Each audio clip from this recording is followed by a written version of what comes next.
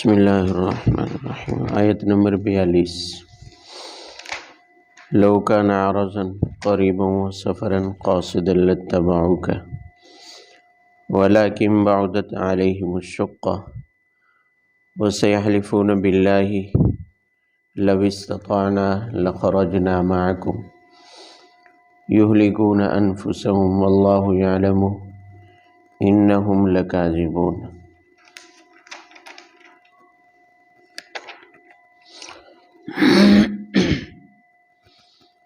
آنے والی آیات میں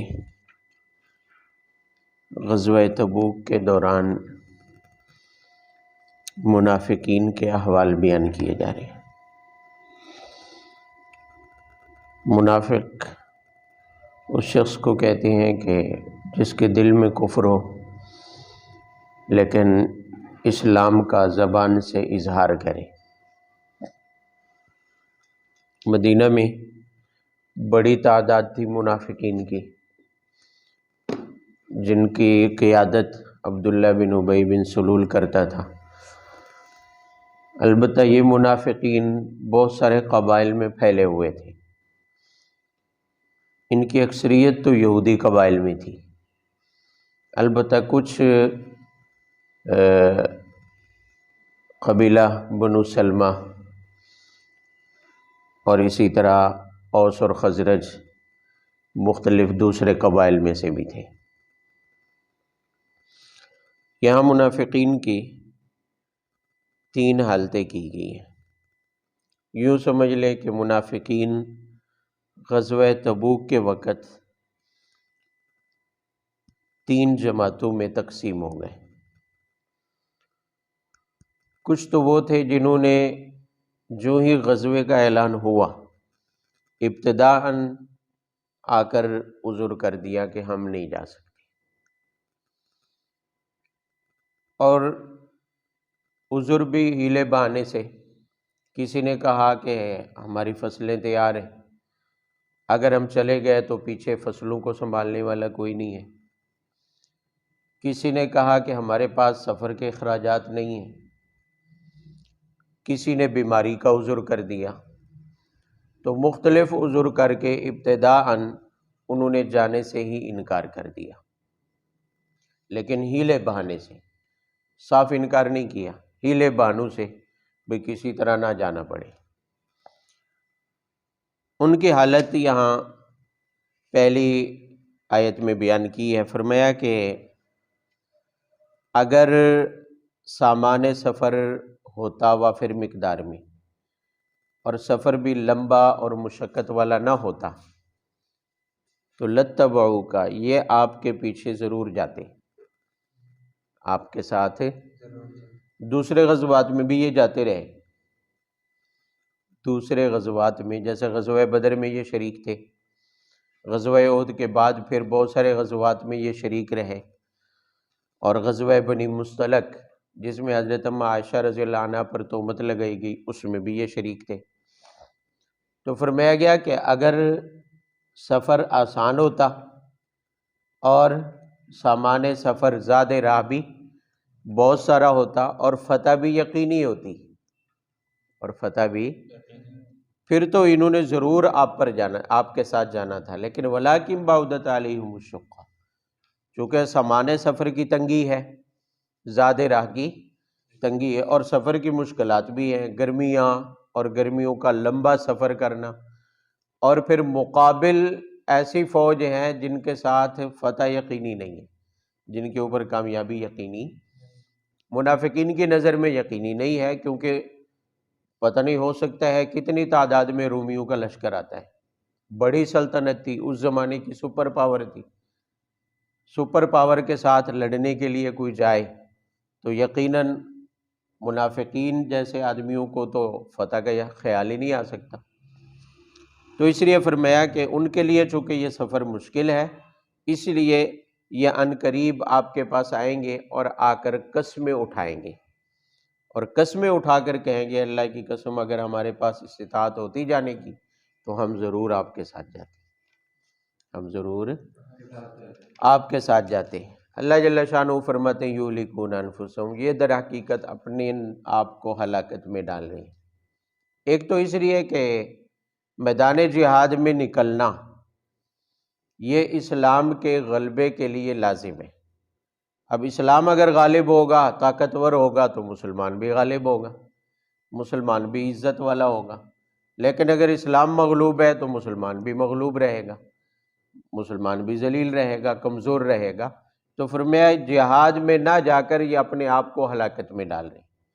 اور دوسرا یہ ہے کہ یہ جھوٹے عذر گڑھ کے، جھوٹے، اور اللہ یعلم انہم لکاذبون، اللہ تعالیٰ ان کے جھوٹ کو جانتے ہیں، تو ظاہر ہے اس کی سزا ملے گی۔ جھوٹ بولنا اور جھوٹے عذر گڑھنا، وہ بھی جہاد میں نہ جانے کے لیے، جبکہ جہاد میں نکلنے کا حکم سب کو تھا۔ جس نے بھی اسلام کا اقرار کیا ہوا ہے سب کو نکلنے کا حکم تھا۔ تو منافقین چونکہ دل میں کفر رکھے ہوئے تھے، اس لیے وہ عمل ہی نہیں کرنا چاہتے تھے، تو اللہ نے فرمایا کہ یہ ہر طرح سے ہلاکت اور تباہی میں پڑیں گے۔ عفی اللہ عنک لما اذنت لہم، یہاں سے لے کر آگے 6 آیات ہیں، وہم کارہون تک۔ یہ منافقین کا ایک دوسرا ٹولہ تھا، جنہوں نے ابتداءً آپ صلی اللہ علیہ وسلم کے پاس یوں بہانہ لگایا کہ یہ آپ کے پاس آتے، مقصد ہوتا تھا کہ ہمیں اجازت مل جائے نہ جانے کی، لیکن اجازت کے لیے سوال اس انداز سے کرتے تھے کہ ایک خوددار آدمی کبھی بھی اس سوال کے جواب میں ہاں نہیں کہہ سکتا ہے۔ مثلاً یوں آ کے کہتے تھے اللہ کے رسول، اگر آپ ہمیں اجازت دیں اور ہماری ضرورت ہے آپ کو، اگر آپ ہمیں اجازت دیں اور ہماری ضرورت ہے اس غزوے میں آپ کو، تو پھر ہم آپ کے ساتھ چلنے کے لیے تیار ہیں۔ حالانکہ اعلان عام ہو چکا تھا، بھی سب نے نکلنا ہے، سب نے، تو یوں جا کر سوال کرتے تھے کہ اگر ہماری ضرورت ہے، اگر ہماری ضرورت ہے۔ بات سمجھ آ رہی ہے؟ بھی غیر مخلص لوگوں کا آج بھی یہی طریقہ ہوتا ہے، اس انداز کے سوال کرتے ہیں، حضرت ہماری ضرورت ہے تو ہم چلیں، بھئی پرے مرو، تمہاری ضرورت، تمہیں دین کی ضرورت ہونی چاہیے، بھئی دین تو سب کی ضرورت ہے۔ تو میدان جہاد میں نکلنا وہ تو اللہ کے حکم کو پورا کرنے کے لیے نکلنا تھا، تو وہ اس انداز سے اپنی اہمیت جتاتے تھے۔ مقصد ان کا یہی تھا کہ بھی اس انداز سے سوال کریں گے تو یقیناً آپ صلی اللہ علیہ وسلم جیسے خوددار آدمی کیسے ہاں کہہ سکتا ہے کہ جی آپ کی ضرورت ہے، چلیں، ہم آپ کے بغیر ادھورے ہیں، ہم آپ کے بغیر کیا ہیں، ادھورے ہیں، ایسا کون کہہ سکتا ہے؟ تو آپ صلی اللہ علیہ وسلم ایسے لوگوں کو اجازت دے دیتے، نہیں کوئی ضرورت نہیں، جیسے تم چاہو۔ آپ آگے سے یہ جواب دیتے بھی جیسے تم چاہو، جیسے تم چاہو۔ اب اس انداز سے انہوں نے اجازت مانگ لی، اور یہ بہت ساری بڑی تعداد میں تھے۔ تو اللہ جل شانہ نے سب سے پہلے تو لما اذنت لہم، آپ صلی اللہ علیہ وسلم کو، چونکہ یہ فیصلہ آپ صلی اللہ علیہ وسلم کا ان کو اجازت دینے کا ایک اجتہادی فیصلہ تھا، ایک اجتہادی فیصلہ تھا، اور اجتہادی فیصلے میں باطل کا تو سوال ہی نہیں پیدا ہوتا۔ بے نبی بھی اپنے اجتہاد سے کوئی فیصلہ کرتے ہیں جب تک کہ وہی نازل نہ ہو۔ اب نبی صلی اللہ علیہ وسلم کو چونکہ ان کے بارے میں کوئی حکم نہیں آیا تھا، تو آپ نے اپنے اجتہاد سے ان کو اجازت دے دی، اور آپ صلی اللہ علیہ وسلم نے اس میں مصلحت یہ سمجھی کہ ایسے منحوس جن کے جانے کا ارادہ ہی نہیں ہے، دل سے نہیں جائیں گے، اگر ان کو کہا بھی جائے جی آپ کی ضرورت ہے چلو ہمارے ساتھ، تو دل سے نہیں جائیں گے، اور ایسے لوگ جنگ کے اندر لے جانا یہ بھی ایک طرح سے حکمت عملی کے خلاف ہے۔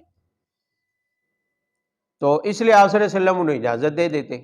یہ آپ کا اجتہادی فیصلہ تھا، اور اجتہادی فیصلہ اگر درست نہ بھی ہو تو بھی باطل نہیں ہے، گناہ نہیں ہے، لیکن چونکہ نبی اللہ کا سب سے مقرب ہوتا ہے، اور جو جتنا مقرب ہو اس کی چھوٹی سی بھی خلاف حکمت کوئی بات وہ اللہ جل شانہ کے ہاں بڑی شمار ہوتی ہے۔ اس لیے سب سے پہلے تو نبی کو تنبیہ کی کہ لما اذنت لہم، آپ نے انہیں اجازت کیوں دی، آپ نے انہیں اجازت لیکن یہ کہنے سے پہلے بھی عفی اللہ عنک کہہ دیا، عفا اللہ، یعنی آپ سے ایک ایسا فیصلہ ہو گیا جو درست نہیں تھا بظاہر، تو عفا اللہ عنک، آپ کو اللہ نے کیا کیا ہے، یعنی معافی کا حکم پہلے، معافی کا حکم پہلے، اور جس چیز کی معافی دی جا رہی ہے اس خطا کے ذکر بعد میں ہے کہ لما اذنت لہم، آپ نے انہیں اجازت کیوں دی ہے، آپ نے انہیں اجازت کیوں دی ہے۔ اب آگے حکمت بیان کی ہے کہ اگر آپ انہیں اجازت نہ دیتے، آپ انہیں یہاں رہنے کی اجازت نہ دیتے، اللہ جل شانہ کی مشیت بھی یہی تھی کہ آپ انہیں اجازت نہ دیتے، بلکہ آپ کہتے ہیں کہ چلو، کیوں؟ تاکہ سچے اور جھوٹے ان دونوں میں امتیاز ہو جاتا، بھی کون مخلص ہے، کون منافق ہے، کون صدق کے دل سے ایمان رکھتا ہے اور کون صدق کے دل سے ایمان نہیں رکھتا ہے۔ اللہ جل شانہ یہ چاہتے تھے کہ یہاں اس موقع پر ان کے درمیان میں امتیاز ہو جائے۔ آپ نے فرمایا یتبین لک الذین صدقوا، فرمایا سچے واضح ہو جاتے اور وتعلم الکاذبین، آپ کو جھوٹے معلوم ہو جاتے۔ جانا انہوں نے ویسے بھی نہیں تھا، جانا انہوں نے، جب آپ اجازت نہ دیتے آپ کہتے ضرور چلے، پھر بھی انہوں نے نہیں جانا تھا، تو اس طرح ان کے نہ جانے سے آپ کے سامنے واضح ہو جاتا کہ یہ جھوٹے ہیں، یہ کیا ہیں، جھوٹے ہیں، اور جو آپ کے ساتھ جا رہے تھے آپ کو معلوم ہوتا کہ یہ مخلص ہے، یہ سچے۔ اللہ تعالیٰ کی حکمت اس میں یہ تھی، لیکن چونکہ آپ نے اجازت دے دی تو اب آپ کے سامنے پھر وہ پوشیدہ رہے، پھر وہ چھپے رہے۔ لا یستأذنک الذین یؤمنون باللہ والیوم الآخر، آگے فرق بیان کیا جا رہا ہے۔ آپ صلی اللہ علیہ وسلم کو مخاطب کر کے یہ فرمایا جا رہا ہے کہ جو لوگ اللہ پر اور آخرت کے دن پر دل سے ایمان رکھتے ہیں وہ اپنی جان اور مال کے ذریعے جہاد کرنے کی کبھی اجازت نہیں لیتے۔ بھئی 30,000 کا لشکر تھا، یہ چند منافقین ہی کیوں اجازت لے رہے تھے، باقی تو کسی نے نہیں لی، جب حکم دیا گیا سب تیار ہو گئے، سب کیا ہو گئے؟ تو فرمایا کہ جو اللہ اور اس کے رسول پر صدق کے دل سے ایمان رکھتا ہے، لا یستأذنک، وہ آپ سے اجازت نہیں مانگتے کہ اللہ کے رسول ہماری ضرورت ہے تو ہم چلیں۔ جب عام اعلان ہو چکا، پیچھے آپ نے پڑھا ہے انفروا خفافا وثقالا، ہلکے ہو یا بوجھل جیسے بھی ہو نکلو، ہر حال میں نکلنا ہے۔ جب عام اعلان ہو گیا ہے تو جو صحیح طور پر ایمان رکھنے والے ہیں، خالص ایمان رکھنے والے ہیں، وہ آپ سے اجازت نہیں مانگتے۔ ہاں، انما یستأذنک الذین لا یؤمنون باللہ والیوم الآخر، آپ سے جو لوگ اجازت مانگ رہے ہیں یہ اللہ اور آخرت پر ایمان نہیں رکھتے۔ وارتابت قلوبہم، اور ان کے دلوں میں شک کی بیماری ہے۔ فہم فی ریبہم یترددون، اور یہ اسی میں گھومتے رہیں گے، سرگردان رہیں گے۔ ولو ارادوا الخروج لأعدوا له عدة ولكن كره الله بعاثهم فثبتهم وقيل اقعدوا مع القاعدين۔ یہی منافقین جو بہانے سے اجازت لیتے تھے، ایک اور جواب دیا جا رہا ہے ان کے نفاق کو واضح کرنے کے لیے۔ اللہ جل شانہ فرماتے ہیں اگر ان لوگوں کا جانے کا ارادہ ہوتا، ان لوگوں کا، تو یہ اس کے لیے ساز و سامان تیار کرتے، اسباب سامان سفر تیار کرتے، پھر آ کر آپ سے اجازت مانگتے، جی ہماری ضرورت ہے تو ہم چلیں، ہمارا سامان تیار ہے، ہمارا اسباب کیا ہے، ہم نے تیاری کی ہوئی ہے، اگر ہماری ضرورت ہے تو چلے، پھر بھی بات ماننے والی تھی۔ اللہ جل شانہ فرماتے ہیں انہوں نے سرے سے تیاری ہی نہیں کی ہے، سامان سفر ہی انہوں نے تیار ہے، جب تیاری ہی نہیں کی ہے، اسباب بھی انہوں نے نہیں تلاش کیا اور نہ باندھا ہے اپنا سامان سفر، تو فرمایا یہ کیسے نکلنے کا ارادہ کریں۔ وَلَٰكِن كَرِهَ اللَّهُ بِعَاثَهُمْ، اللہ جل شانہ فرماتے ہیں اس کی وجہ یہ ہے کہ انہوں نے ابھی تک سفر کی تیاری کیوں نہیں کی، اللہ جل شانہ چاہتے ہی نہیں ہے کہ یہ جائیں، اللہ نے ان کے اٹھنے کو محال کر دیا ہے، ان کے ہلنے جلنے کو کیا کر دیا ہے، یہ جہاد کے لیے نہیں اٹھیں گے، اور اللہ کی طرف سے انہیں حکم دیا گیا ہے کہ بیٹھے رہو بیٹھنے والوں کے ساتھ۔ کیسے؟ حکم نہیں دیا گیا تھا صراحتاً، مطلب یہ ہے کہ ان کے دلوں میں اللہ کی طرف سے یہ خواہش ڈال دی گئی کہ تم یہیں بیٹھے رہو، تم یہیں بیٹھے رہو، اب یہ جا ہی نہیں سکتے۔ یہ اس لیے جیسے کہ توفیق کا فیصلہ ہوتا ہے محنت اور کوشش پر، چونکہ انہوں نے کوشش ہی نہیں کی جانے کی، تو اللہ رب العزت کی طرف سے انہیں توفیق ہی نہیں ملی ہے جانے کی۔ لو خرجوا فیکم ما زادوکم الا خبالا ولأوضعوا خلالکم یبغونکم الفتنہ وفیکم سماعون لہم اللہ علیم بالظالمین۔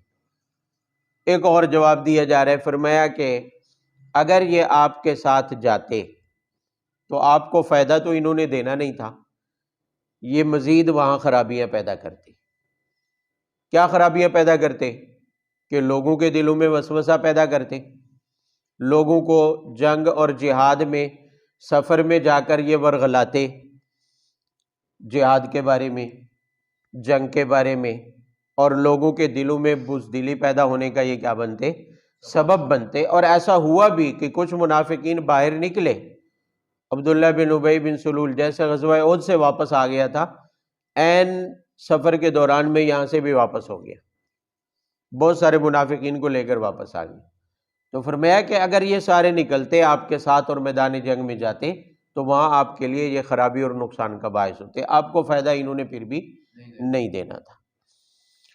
لَقَدِ ابْتَغَوُا الْفِتْنَةَ مِنْ قَبْلُ وَقَلَّبُوا لَكَ الْأُمُورَ حَتَّى جَاءَ الْحَقُّ وَظَهَرَ أَمْرُ اللَّهِ وَهُمْ كَارِهُونَ۔ اب اللہ جل شانہ نے چونکہ پچھلی آیت میں فرمایا کہ یہ آپ کے ساتھ جاتے تبوک میں تو بھی آپ کے لیے نقصان دہ ہوتے، آپ کے لیے یہ مفید نہیں ہوتے، اب اس کی ایک مثال دے رہے ہیں، فرمایا اس سے پہلے کے حالات ان کے دیکھ لے، اس سے جیسے غزوہ بدر میں جاتے ہوئے منافقین نے کیا کہا تھا کہ بھی یہ مروانے چلے ہیں، مذہبی جنون پیدا ہو گیا ہے، ان کو ان کے مذہب نے دھوکے میں ڈال دیا ہے، ان کو ان کے مذہب نے، دین نے دھوکے میں ڈال دیا ہے، اتنی تھوڑی سی تعداد میں یعنی بکری کو اونٹ کے ساتھ لڑانے کے لیے جا رہے ہیں، جبکہ مقابلے میں مشرکین کی تعداد کیا ہے؟ زیادہ ہے۔ فرمایا وَقَلَّبُوا لَكَ الْأُمُورَ، اور غزوہ احد میں دیکھ لے کہ انہوں نے آپ کے ساتھ کیا کیا کہ عین میدان جنگ میں جب صفیں بنی ہوئی تھی، صفوں کے اندر سے نکل کر واپس آ گئے، 300 سے زیادہ تعداد میں عین میدان جنگ میں جب احد میں صفیں بنی ہوئی تھی تو منافقین کھسک گئے، واپس آ گئے۔ تو فرمایا اس سے پہلے ان کے حالات آپ کے سامنے ہیں، اب اگر غزوہ تبوک میں جاتے تو بھی ان کا وہی حال ہوتا، انہوں نے وہاں تمہیں نقصان ہی پہنچانا تھا، تمہیں کوئی فائدہ نہیں دینا تھا۔ وَمِنْهُمْ مَنْ يَقُولُ ائْذَن لِّي وَلَا تَفْتِنِّي أَلَا فِي الْفِتْنَةِ سَقَطُوا وَإِنَّ جَهَنَّمَ لَمُحِيطَةٌ بِالْكَافِرِينَ۔ یہ آیت ایک خاص خڑوس منافق کے بارے میں ہے۔ قبیلہ بنو سلمہ کا ایک آدمی تھا جد بن قیس، جد بن قیس، بڑی عمر کا تھا، مالدار بھی تھا۔ اس نے آپ صلی اللہ علیہ وسلم کے سامنے آ کر عجیب عذر پیش کیا، کہنے لگا کہ آپ تو جانتے ہیں کہ میں عاشق مزاج ہوں، ٹھرک میری فطرت میں ہے، اب اگر میں وہاں گیا رومیوں کے علاقے میں تو میں نے سنا ہے روم کی عورتیں بڑی خوبصورت ہوتی ہیں، گوری چٹی ہوتی ہیں، تو میں تو فتنے میں مبتلا ہو جاؤں گا، میں تو فتنے میں مبتلا ہو جاؤں گا، اس لیے مہربانی فرما کے مجھے اجازت دیں کہ میں ادھر ہی رہوں، میں ادھر ہی رہوں۔ اللہ رب العزت نے آیت نازل کر کے اس کی اس بےایمانی کو واضح کیا، فرمایا وَمِنْهُمْ مَن يَقُولُ ائْذَن لِّي، ان میں سے کچھ ایسے خڑوس بھی ہیں جو آپ سے یہ کہہ کر اجازت مانگتے ہیں کہ لا تفتنی، مجھے آپ آزمائش میں نہ ڈالیں، مجھے آپ فتنے میں نہ ڈالیں۔ الا فی الفتنۃ سقطوا، اللہ جل شانہ نے جواب دیا، فرمایا کہ یہ جھوٹ بول رہا ہے، فتنہ تو ان کے دل میں پہلے سے گر چکا ہے، فتنے میں تو یہ پہلے پڑ چکے ہیں۔ وہ فتنہ کون سا ہے؟ نفاق، کفر ان کے دلوں میں جو بیٹھا ہوا ہے، اس سے بڑا فتنہ اور کیا ہوتا ہے؟ اس سے بڑی خرابی اور کیا ہوتی ہے؟ اگر یہ مخلص ہوتے، اگر یہ مخلص ہوتے تو اس چیز کا انہیں ڈر، نبی صلی اللہ علیہ وسلم کے ساتھ میدان جہاد میں ایک مخلص مومن کو یہ خیال کہاں سے آ گیا کہ میں عورتوں کے فتنے میں پڑ جاؤں گا؟ حالانکہ مخلصین کی حالت تو یہ تھی، یہاں تو رسول اللہ صلی اللہ علیہ وسلم ساتھ ہیں، آپ صلی اللہ علیہ وسلم لشکر کی کیا کر رہے ہیں؟ قیادت۔ آپ صلی اللہ علیہ وسلم کی موجودگی میں آپ کے ہوتے ہوئے کسی کو ایسا کوئی خیال اور وسوسہ کیسے پیدا ہو سکتا ہے اگر وہ مخلص مومن ہو؟ صحابہ کرام رضوان اللہ علیہ مجمعین، حضرت ابو عبیدہ بن جراح رضی اللہ عنہ کے سرکردگی میں رومیوں کے کسی قلعے پر، شہر پر حملہ کر رہے تھے۔ وہ رومی قلعہ بند ہو گئے، دروازہ بند کر لیا۔ اب حضرت عمر رضی اللہ عنہ کا زمانہ ہے، رومیوں کے کسی شہر پر حملہ کیا اور انہوں نے قلعہ بند ہو کر دروازے بند کر دیے۔ صحابہ کرام نے محاصرہ کر لیا۔ اب رومیوں نے مشورہ کیا کہ ہم قلعہ بند رہ تو نہیں سکتے، کسی طرح ہمیں چال چلنی چاہیے، کوئی سازش کرنی چاہیے تاکہ ہم ان کے حملے سے کیا ہو جائیں، محفوظ ہو جائیں۔ تو ان کا مشورہ ہوا کہ قلعے کے باقی سارے دروازے بند کر دیتے ہیں، جس طرف سے بازار کی طرف دروازہ کھلتا ہے وہ دروازہ کھول دیتے ہیں، اور کریں گے کیا کہ بازار میں ہر دکان پر، دکان کے آگے پیچھے بازار کی گلیوں میں حسین و جمیل خوبصورت عورتیں، لڑکیاں بٹھا دیتے ہیں، اور ان کو یہ ہدایت کر دی گئی کہ بھی اگر تمہیں کوئی چھیڑ چھاڑ کرتا ہے اور برائی کی دعوت دیتا ہے تو تم ہچکچانا نہیں، انکار نہیں کرنا۔ ان کا مقصد یہ تھا کہ یہ عورتوں میں مشغول ہو جائیں گے، اور ان کی ایک طرح سے ان کی اپنی ذات کو دیکھتے ہوئے تو ان کی سوچ اس طرح سے ایک، یعنی اس وقت ایک سوچ ان کے اعتبار سے تو انتہائی مناسب اور اپنے ہدف پر بالکل صحیح نشانے پر لگنے والی تھی، کیونکہ صحابہ کرام ان کی سوچ کے مطابق یہ تھا کہ صحابہ کرام کئی مہینوں سے سفر میں ہیں، بھی مدینہ سے نکلے تھے، عراق فتح کیا، کئی علاقے فتح کیے اور واپس اپنے گھروں میں نہیں گئے، کئیوں کو کئی سال ہو گئے، کئیوں کو مہینے ہو گئے۔ تو وہ یہ سمجھتے تھے کہ اس طرح سے یہ برائی میں مبتلا ہو جائیں گے، اور یہ ادھر مشغول ہوں گے تو ہم اچانک حملہ کر کے ان سے جان چھڑا لیں گے۔ حضرت ابو عبیدہ بن جراح رضی اللہ عنہ کو پیغام بھیجا رومیوں نے کہ ہم صلح کے لیے تیار ہیں، ہم شہر کا دروازہ کھول رہے ہیں، آپ اندر آ کر شہر کا کنٹرول لے سکتے ہیں۔ تو حضرت ابو عبیدہ بن جراح رضی اللہ عنہ کو کسی طرح سے خبر ہو گئی کہ صورتحال یہ ہے۔ تو حضرت ابو عبیدہ بن جراح نے صحابہ کرام کو جمع کیا اور پورے لشکر کے سامنے فرمایا کہ یاد رکھو، قرآن پاک میں اللہ جل شانہ کا ارشاد ہے، قل للمؤمنین یغضون من ابصارہم ویحفظوا فروجہم، مومنین سے کہہ دو کہ اپنی نگاہیں نیچی رکھیں اور اپنی شرمگاہوں کی کیا کریں، حفاظت کریں۔ اور یہ فرمایا کہ دین کا غلبہ تم سے ہے، اگر تم کسی فتنے میں مبتلا ہو گئے تو سمجھو تم بھی ذلیل ہو جاؤ گے۔ دو چار جملے کہے اور رومیوں کو پیغام بھجوایا کہ ہم تیار ہیں۔ اب انہوں نے وہی دروازہ کھولا جو بازار کی طرف کھلتا تھا، راستے میں گلیوں میں حسین و جمیل عورتیں جو برائی کی دعوت دے رہی تھی، لیکن صحابہ کرام داخل ہوئے اور داخل ہوتے ہی بازار سے گزر کر سیدھے مال پر قابض ہو گئے جا کے۔ کسی نے بھی بازار کے اندر پھرنے والی عورتوں، لڑکیوں کی طرف منہ اٹھا کر نہیں دیکھا۔ تو بعد میں جب ان لڑکیوں سے تفتیش کی ان رومیوں نے، تو ان میں سے بہت ساری لڑکیاں کہنے لگی کہ یہ انسان نہیں ہے، یہ کوئی اور مخلوق ہے، دیکھا ہی نہیں ہے انہوں نے ہماری طرف نظر اٹھا کے۔ تو مخلص مومنین کی تو یہ حالت تھی، جہاں آپ صلی اللہ علیہ وسلم بھی نہیں ہے قیادت کرتے ہوئے، اکیلے ہیں، اور زمانہ بھی کافی گزر چکا ہے، بعد کا زمانہ ہے، تو آپ صلی اللہ علیہ وسلم کی موجودگی میں ایک مخلص مومن کے دل میں ایسا خیال کیسے پیدا ہو سکتا ہے؟ تو چونکہ یہ خڑوس منافق تھا جد بن قیس، اس لیے اس نے ایک عذر گڑھا تھا کہ مجھے جہاد میں نہ جانا پڑے۔ تو اللہ جل شانہ نے فرمایا کہ فتنے میں تو یہ پہلے ہی گر چکے ہیں، اور وہ نفاق کا فتنہ ہے جو ان کے دلوں کو کھا رہا ہے۔ ان جہنم لمحیطۃ بالکافرین، فرمایا اصل میں مسئلہ یہ ہے کہ جہنم نے ان کا محاصرہ کر لیا، جہنم نے ان کا احاطہ کر لیا ہے، اب یہ جہنم کے عذاب سے بچنے والے نہیں۔ ان تصبک حسنۃ تسؤہم وان تصبک مصیبۃ یقولوا قد اخذنا امرنا من قبل ویتولوا وهم فرحون قل لن یصیبنا الا ما كتب اللہ لنا هو مولانا وعلی اللہ فلیتوکل المؤمنون۔ یہ منافقین کی ایک چوتھی حالت کا بیان ہے۔ منافقین نے پہلے کے غزوات جتنے بھی گزر چکے تھے، جیسے غزوہ احد تھا، غزوہ بدر تھا، کچھ غزوات میں یہ شریک ہوئے اور کچھ غزوات میں یہ شریک نہیں ہوئے، تو ان غزوات کے پیش نظر اللہ جل شانہ پہلے ہی خبردار کر رہے ہیں کہ آپ صلی اللہ علیہ وسلم کو مخاطب کرتے ہوئے بتایا جا رہا ہے کہ اگر آپ کو فتح حاصل ہوتی ہے، بھلائی حاصل ہوتی ہے، تو تسوہم، یہ بیچارے ناخوش ہوتے ہیں، پریشان ہو جاتے ہیں۔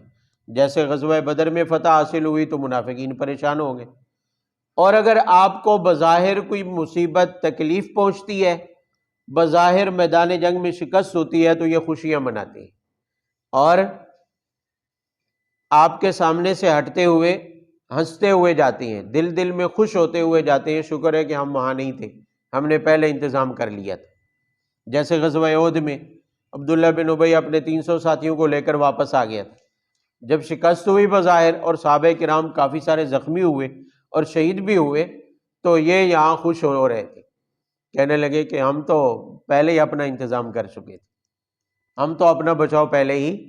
فرمایا کہ اب بھی یہ یہی کریں گے کہ اگر آپ کو فتح ہوتی ہے تو تسؤم، ان کو برا لگے گا۔ منافقین مسلمانوں کی ترقی پر، مسلمانوں کی فتح اور کامیابی پر کبھی بھی خوش نہیں رہ سکتے۔ مسلمان کو کہیں بھی خوشی حاصل ہوگی، فتح حاصل ہوگی، منافق کبھی خوش نہیں ہوگا۔ ہاں، اگر مسلمانوں کو تکلیف پہنچتی ہے اور نقصان پہنچتا ہے تو منافق کہیں گے اچھا ہوا، ہم پہلے کہتے تھے بھی پنگا نہ لو، پنگے نہ لو۔ تو فرمایا یہ اب بھی یہی کہیں گے، لیکن آپ انہیں بتا دیجئے کہ لن یصیبنا الا ما کتب اللہ لنا هو مولانا۔ پہلی بات تو یہ ہے کہ ہم اگر تبوک میں جائیں گے، اگرچہ مقابلے میں بڑا لشکر ہے، ہمیں جو بھی کچھ حاصل ہوگا، چاہے فتح یا شکست، وہ اللہ کے حکم سے ہے۔ کس کے حکم سے ہے؟ اللہ کے حکم کے بغیر نہ تو ہمیں فتح حاصل ہو سکتی ہے، نہ ہمیں کوئی شکست حاصل ہو سکتی ہے، اور اللہ جو چاہے گا شکست ہمارے مقدر میں ہوگی وہ بھی منظور ہے ہمیں، فتح اگر ہمارے نصیب میں ہے تو وہ بھی ہمیں کیا ہے، لیکن علی اللہ فلیتوکل المؤمنون، ہمارا بھروسہ اپنے اوپر نہیں ہے، اللہ کی ذات کے اوپر ہے۔ اور دوسرا جواب، قل هل تربصون بنا الا احدى الحسنيين، یہ منافقین کے لیے تنبیہ بھی ہے، چیلنج بھی ہے۔ انہیں بتایا جا رہا ہے کہ ٹھیک ہے تم نہ جاؤ، تم ہمارے ساتھ، لیکن تمہاری حالت یہ ہے کہ تم ہمارے بارے میں جس چیز کی توقع کر رہے ہو وہ دو چیزیں ہیں۔ تم ہمارے بارے میں جس چیز کی، وہ دو چیزیں ہیں۔ ممکنہ طور پر ہمارے ساتھ دو حالتیں پیش آ سکتی ہیں، لیکن وہ دونوں ہمارے حق میں اچھی ہیں۔ دونوں ہمارے حق میں کیا ہیں؟ بھی مثلا منافقین کیا توقع کر رہے تھے؟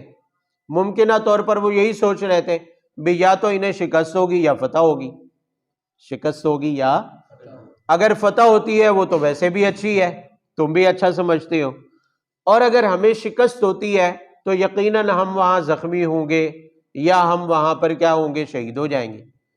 تو شہید ہونا اور زخمی ہونا یہ بھی اجر و ثواب سے خالی نہیں ہے، اجر و ثواب سے خالی۔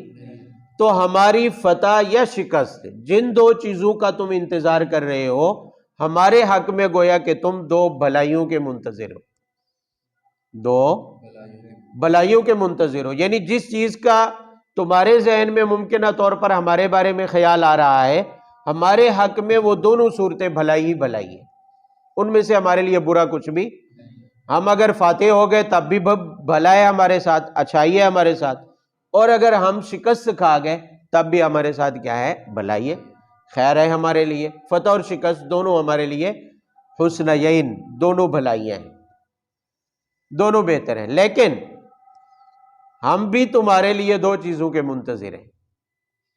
تمہارے اس میدان میں نہ نکلنے کی وجہ سے، جہاد میں نہ نکلنے کی وجہ سے، ہم بھی تمہارے لیے ممکنہ طور پر دو چیزوں کے منتظر ہیں، اور وہ دونوں تمہارے حق میں بری ہیں۔ کون سی دونوں؟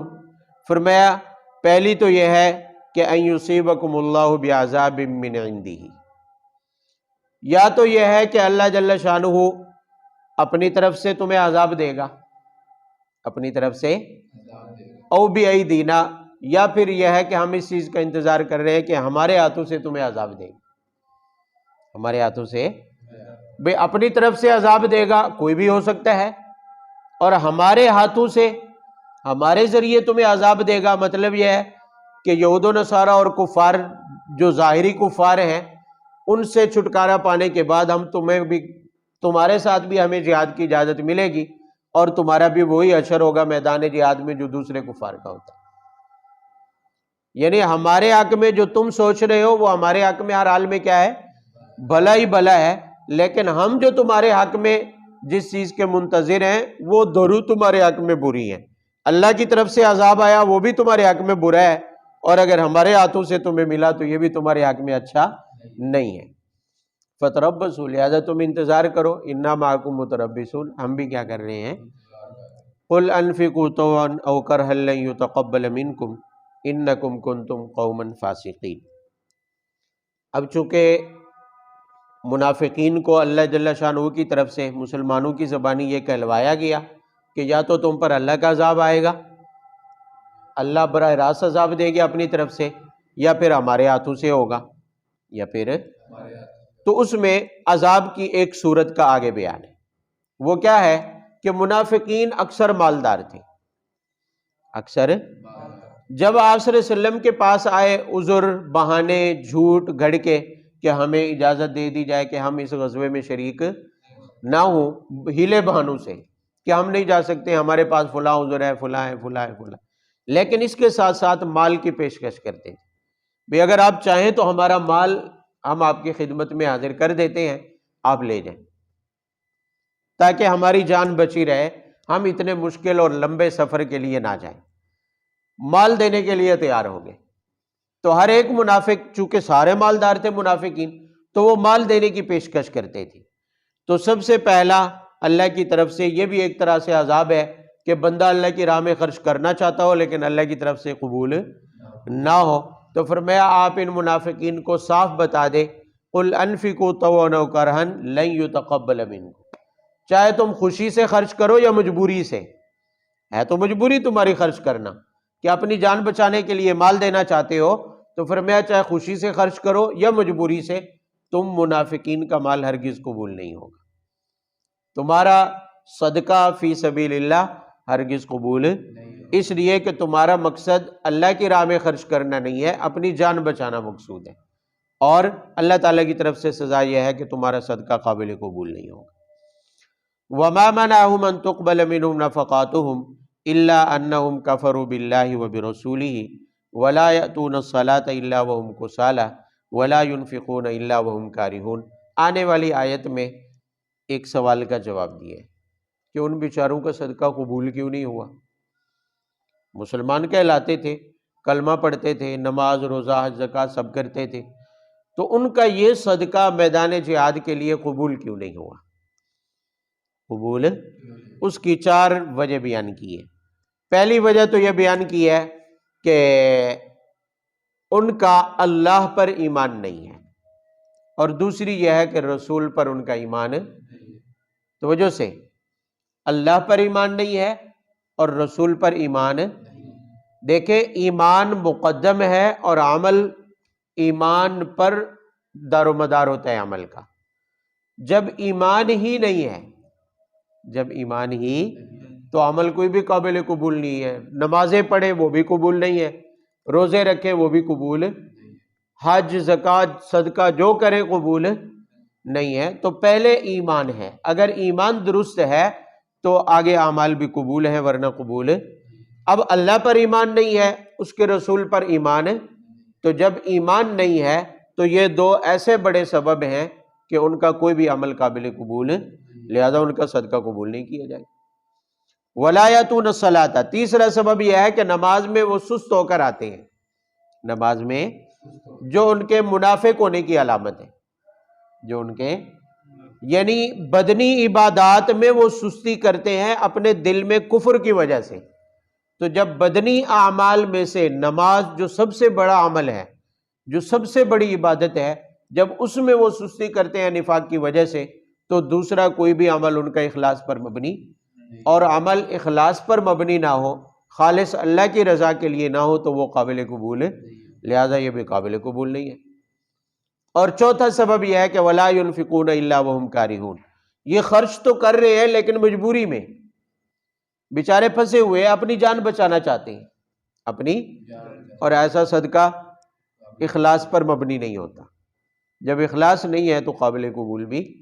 یاد رہے کوئی بھی عبادت ہو اس کی قبولیت کے لیے اخلاص شرط ہے، اور اخلاص کیا ہوتا ہے کہ صرف اللہ کی رضا کے لیے ہو، عمل چاہے چھوٹا ہو یا بڑا، ثواب کا دار و مدار اخلاص پر ہے، قبولیت کا دار و مدار۔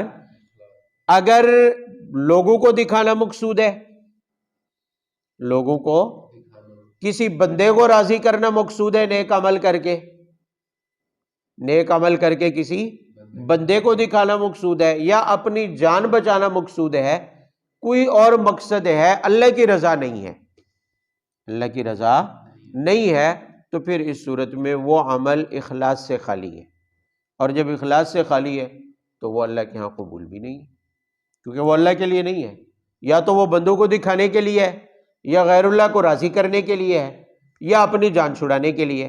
تو منافقین کا جو بھی عمل ہوتا تھا وہ یا تو دکھاوا کرتے تھے بھی لوگ ہمیں مومن سمجھے، یا پھر یہ ہے کہ مال خرچ کر رہے تھے، اپنی جان بچانا مقصود تھا، اللہ کو راضی کرنا مقصود نہیں تھا۔ تو جو عمل اخلاص سے خالی ہے تو وہ قابل قبول نہیں ہے۔ فَلَا تُعْجِبْكَ أَمْوَالُهُمْ وَلَا أَوْلَادُهُمْ إِنَّمَا يُرِيدُ اللَّهُ لِيُعَذِّبَهُمْ بِهَا فِي الْحَيَاةِ الدُّنْيَا وَتَزْهَقَ أَنفُسُهُمْ وَهُمْ كَافِرُونَ۔ یہ ایک اور سوال کا جواب ہے۔ سوال ہو سکتا تھا کہ بھی یہ منافقین آخر وسلم پر بھی ایمان نہیں رکھتے، اللہ پر بھی ایمان ہے، اور ان کی کوئی بھی عبادت خالص اللہ کی رضا کے لیے نہیں ہے، جب ایسا ہے تو اتنے مالدار کیوں ہیں بغیرت؟ یہ سوال عام ذہنوں میں پیدا بھی ہوتا ہے، اس وقت بھی دیکھ لے تو کفار مالدار ہیں، کفار کے پاس مال بہت ہے، اور مسلمان جتنا مخلص اتنا غریب اور نادار۔ تو اس وقت بھی یہ حالت تھی کہ منافقین کے پاس بہت زیادہ مال و دولت تھا۔ نماز کا وقت تبدیل ہوا ہے نا، بہت زیادہ مالدار تھے۔ تو سوال پیدا ہوتا ہے کہ باوجود کہ ان کے دلوں میں ایمان نہیں ہے، ایمان میں وہ مخلص ہے، تو اتنا مال کیسے ہے ان کے پاس؟ تو اللہ جل شانہ نے اسی سوال کا جواب ارشاد فرمایا ان کے مال یا ان کی کثرت اولاد، یہ دونوں چیزیں آپ کو تعجب اور حیرت میں نہ ڈالیں، اس پر تمہیں حیرت نہیں ہونی چاہیے، اس پر تمہیں حیرت اس لیے کہ مال کی کثرت یا اولاد کی کثرت ٹھیک ہے برکت کا سبب ہوتا ہے، ظاہری علامت ہوتی ہے کہ برکت ہے، کیا ہے، لیکن ہر وقت یا ہر جگہ پر مال اور اولاد کی کثرت برکت کا ذریعہ نہیں ہوتی، برکت کی علامت ہے، بلکہ اللہ کی طرف سے آزمائش ہوتی ہے۔ 7ویں پارے میں آپ پڑھ آئے ہیں کہ بھی اللہ تعالیٰ 2 طرح سے آزماتے ہیں، بلکہ سورہ اعراف میں بھی آیا ہے کہ کبھی مال دے کر اور کبھی مال چھین کر، تنگ دستی دے کر بھی آزماتے ہیں۔ تو فرمایا منافقین کو مال اور اولاد کی کثرت ہم نے دی ہے، کس لیے؟ لِيُعَذِّبَهُمْ بِهَا فِي الْحَيَاةِ الدُّنْيَا، کہ یہ مال اور اولاد کی کثرت بھی ان کے لیے دنیا میں عذاب ہے، ان کے لیے دنیا میں کیا ہے، کیسے عذاب ہے؟ بھی اس سے بڑا عذاب کیا ہوگا کہ اسی مال کو بچانے کے لیے، اپنی اولاد کو بچانے کے لیے ان بیچاروں کو اپنی مرضی کے خلاف ایمان کا اظہار کرنا پڑتا ہے، مسلمانوں کے ساتھ دوسرے اعمال میں کیا ہونا پڑتا ہے، نمازوں میں شریک ہونا پڑتا ہے، اپنے آپ کو مسلمان کہلوانا پڑتا ہے، اور یہ تب تک کرتے رہیں گے جب تک مر نہیں جاتے، جب تک بھئی ایک بندہ ساری زندگی اپنی مرضی، اپنی چاہت اور من کے خلاف عمل کرتا رہے مجبوری میں، اس سے بڑی سزا اور کیا ہوگی؟ اس سے بڑی سزا اور کیا ہوگی؟ بھی ساری زندگی بس اس کو یہ دھڑکا لگا رہے کہ کہیں میری بے ایمانی ظاہر نہ ہو جائے، کہیں میرے منافقت اور کفر ظاہر نہ ہو جائے، مجبوری میں، ڈر کی وجہ سے، خوف کی وجہ سے اپنے مال اور اولاد کو بچانے کے لیے اپنی چاہت اور مرضی کے خلاف وہ ساری زندگی گزار دے، اس سے بڑا عذاب کیا ہو سکتا ہے؟ سب سے بڑا قیدی کے لیے قید میں عذاب تکلیف کیوں ہوتی ہے؟ حالانکہ اسے کھانا مفت میں ملتا ہے، کام نہیں کرنا پڑتا، کمانا نہیں پڑتا ہے، قید اس کے لیے تکلیف دہ کیوں ہوتی ہے؟ اس لیے کہ اگرچہ اسے کھانا پینا ملتا ہے اور وقت گزر رہا ہے اس کا، اور وہ بھی بغیر کچھ کیے، بغیر محنت اور مشقت کے اس کو کھانا پینا مل رہا ہے، لیکن اس کی چاہت اور مرضی نہیں ہے، وہاں اپنی مرضی سے وہ کچھ کر نہیں سکتا ہے، اس لیے تکلیف دہ ہوتا ہے۔ عمر قید کی سزا تکلیف دہ ہوتی ہے۔ کسی موت کے قیدی سے عمر قید کی سزا جس کو ملی ہے اس سے جا کے پوچھیں کہ زندگی کیسی ہے۔ تو اللہ جل شانہ فرماتے ہیں کہ یہ جو ان کو ہم نے مال اور اولاد دی ہے، یہ ان کے لیے در حقیقت عذاب ہے، یہ ان کے لیے در حقیقت ہے۔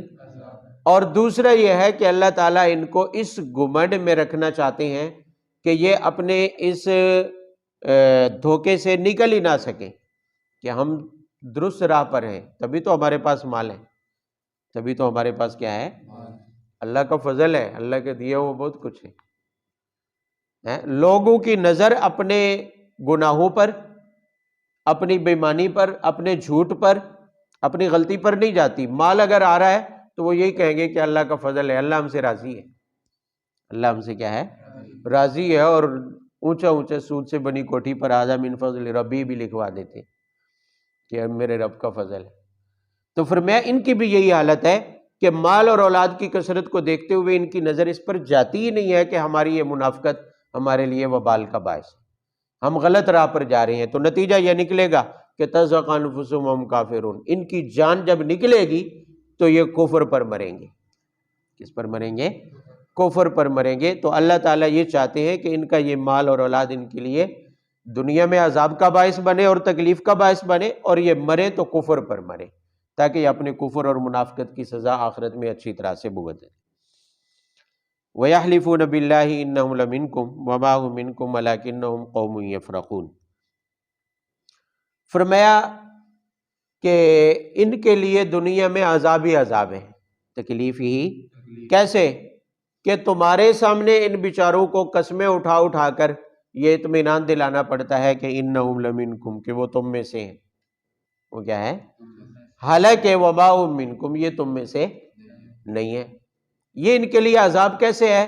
فرمایا کہ قوم یفرقون، یہ بزدل ہے۔ یہ کیا ہے؟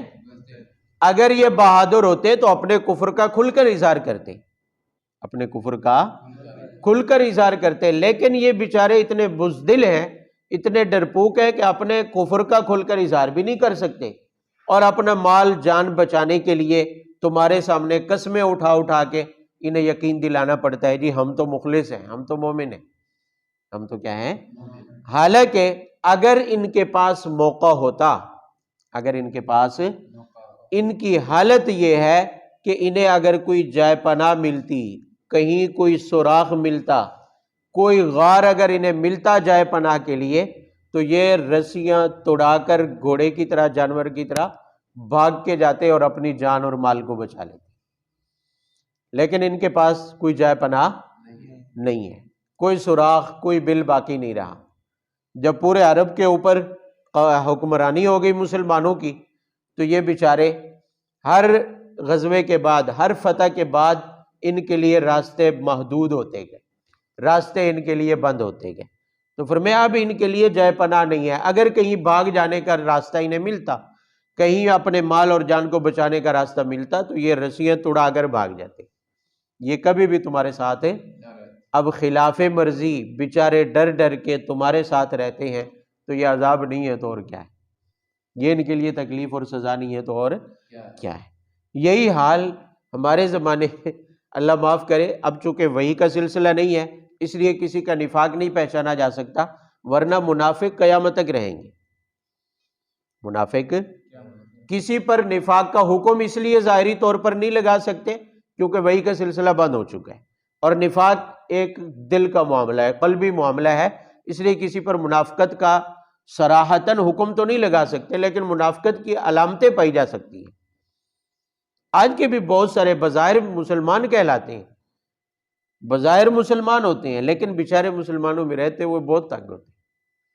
ہمارے زمانے کے خاص طور پر جو وہ لنڈے کے لبرل جو ہے نا، یہ بیچارے بہت زیادہ پریشان ہوتے ہیں، کبھی پردے کی وجہ سے، کبھی سود کی وجہ سے، کبھی کسی اور شرعی حکم کی وجہ سے، نماز کی وجہ سے، داڑھی کی وجہ سے، بہت سارے اسلامی شعائر کی وجہ سے بیچارے پریشان ہوتے ہیں۔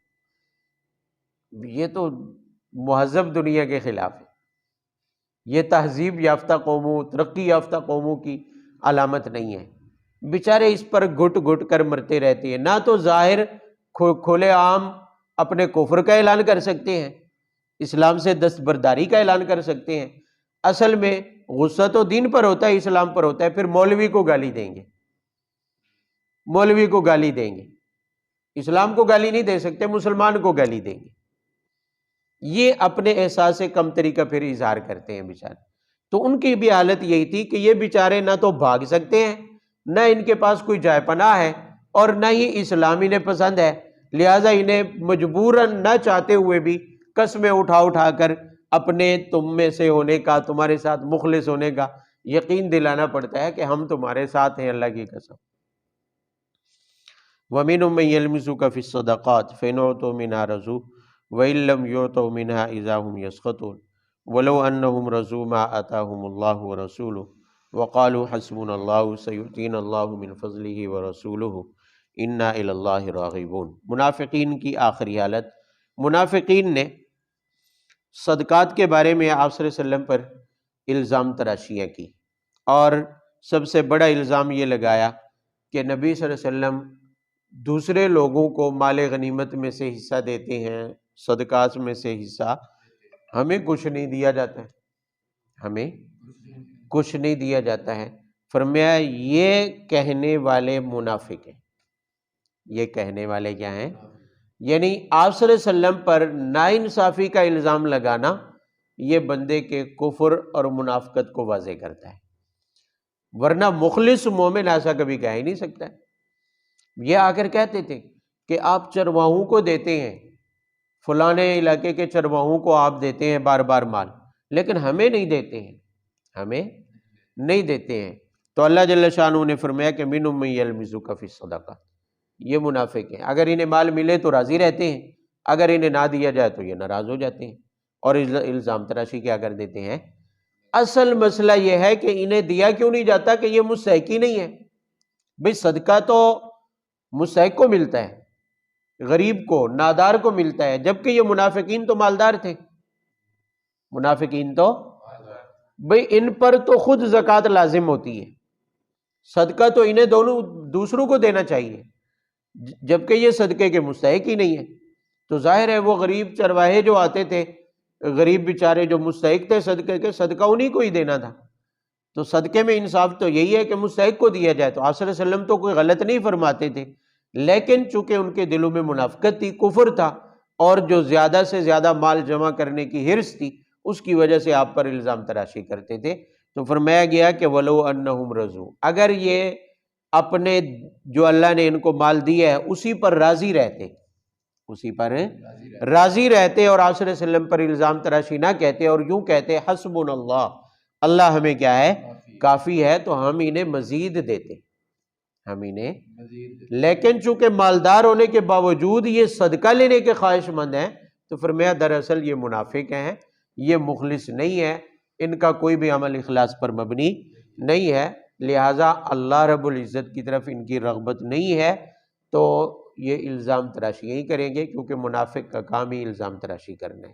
ہمارے زمانے کے بھی اللہ معاف کرے لبرل کو ہر وقت اسلام پر کوئی نہ کوئی اعتراض آیا رہتا ہے، جب بھی دیکھے، جس سے بھی سنے، کوئی ڈاکٹر ہے، پروفیسر ہے، کسی بھی چینل کے اوپر بیٹھا ہے، اس کا اپنا چینل ہے، تو ہر جگہ ایسے لبرل لوگوں کا کوئی نہ کوئی اسلام پر اعتراض ہوگا، بھئی اسلام کا فلاں عمل جو ہے نعوذ باللہ وہ ٹھیک نہیں ہے، فلاں حکم ٹھیک ہے۔ یعنی اسلام کے اندر کیڑے نکالنا یہ دراصل اس زمانے میں تو منافقین کا کام تھا، اور آج کے زمانے میں بہرحال منافقین کی علامت رکھنے والوں کا کام تو کہہ سکتے ہیں، خالصتاً نفاق کا حکم نہیں لگا سکتے، مجبوری ہے، ورنہ اعمال وہی ہے۔ علامات وہی ہیں، نشانیاں وہی ہیں جو اس زمانے کے کھلے منافقین کی ہوا کرتی تھی، چونکہ ان کا نفاق ظاہر ہو جاتا تھا وحی کے ذریعے، اور آج وحی کا سلسلہ بند ہے تو نفاق ظاہر نہیں ہو سکتا ہے۔ وآخر دعوانا